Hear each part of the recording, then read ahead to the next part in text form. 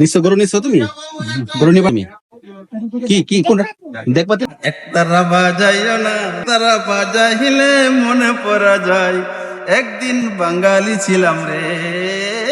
কিশোরগঞ্জের মধ্যে কুমার বাড়ি অথবা হস্তশিল্প ওই মাটির তৈরি জিনিসপত্র আদিকালি আমরা খুবই ব্যবহার করতো আমাদের মা দাদিরা, কিন্তু আমরা হয়তোবা এর ব্যবহারটা অনেকটাই কম দেখছি।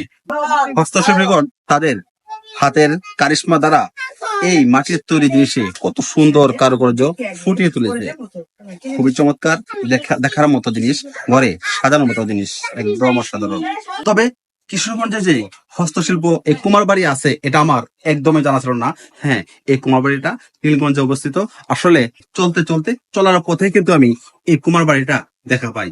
আর চিন্তা করলাম এখানে সুন্দর একটা ভিডিও আমি আপনাদেরকে উপহার দেওয়ার চেষ্টা করব। আসলে এখানে আসার পরে এত সুন্দর সুন্দর আমি হস্তশিল্প জিনিসপত্র দেখলাম, আমার কাছে খুবই চমৎকার লাগছে।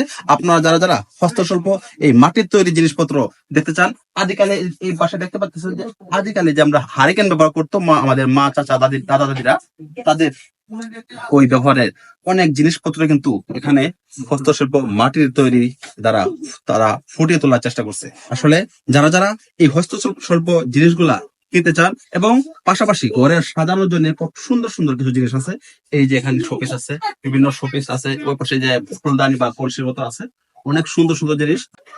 এটা হলো আমাদের আদিকালি হারিকেন।